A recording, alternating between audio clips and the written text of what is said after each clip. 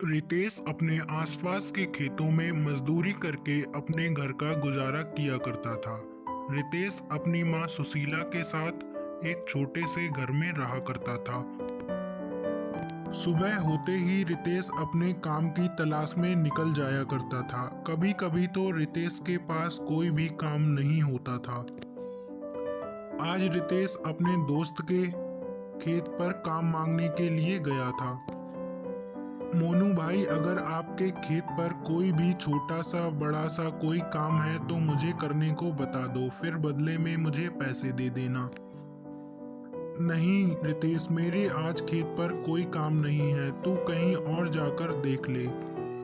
रितेश बिल्कुल भी पढ़ा लिखा नहीं था, तो वह दूसरों के खेतों पर नौकरी ही करता था।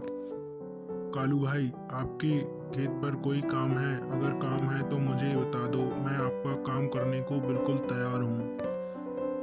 नहीं रितेश, मेरे खेत पर आज कोई काम नहीं है। अगर मेरे खेत पर काम होता तो मैं तुझे घर से ही बुला लेता। रितेश ने आज दो तीन खेतों पर काम के लिए पूछा, लेकिन किसी ने रितेश को काम नहीं दिया। इतने में शाम हो जाती है और रितेश अपने घर की ओर निकल जाता है। तू आ गया रितेश बेटा, आ बैठ जा, मैं तेरे लिए चाय लाती हूँ। रितेश बेटा, क्या बात है? तू इतना चिंता क्यों कर रहा है? बता मुझे, कोई अगर बात है तो।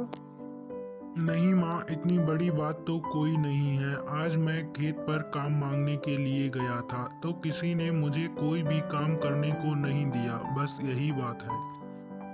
उस रात रितेश ने और रितेश की माँ ने दोनों ने खाना खाया और खाना खाकर सो गए। अगले दिन रितेश की माँ सुबह जल्दी उठकर एक सेठ के घर जाने का सोच रही थी, क्योंकि उसे कुछ काम था।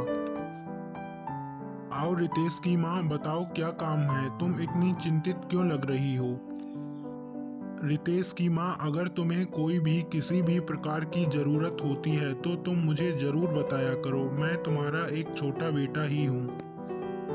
हाँ हाँ बेटा, तुम सही कह रहे हो। मैं तुम्हें हर अपनी छोटी से छोटी बात बताती हूँ। आज मुझे कुछ पैसों की जरूरत है। ठीक है माँ, इस बैग में थोड़े से पैसे हैं जो तुम ले जाओ और जाकर अपना काम धंधा शुरू कर लो, और रितेश को कहो टेंशन ना करे। रितेश की माँ पैसे लेकर चली जाती है और बाजार से अपने स्टॉल का सारा सामान खरीद लेती है। रितेश की माँ अगले दिन से बाजार में अपना चाउमीन का स्टॉल लगाने लगी थी, जो उसे बहुत अच्छे तरीके से बनाने को आती थी। रितेश की माँ के स्टॉल पर काफ़ी लोग आते थे और चाउमीन की तारीफ भी किया करते थे। चाउमीन लोगों को इतनी पसंद आने लगी कि स्टॉल पर हमेशा भीड़ लगी रहती थी।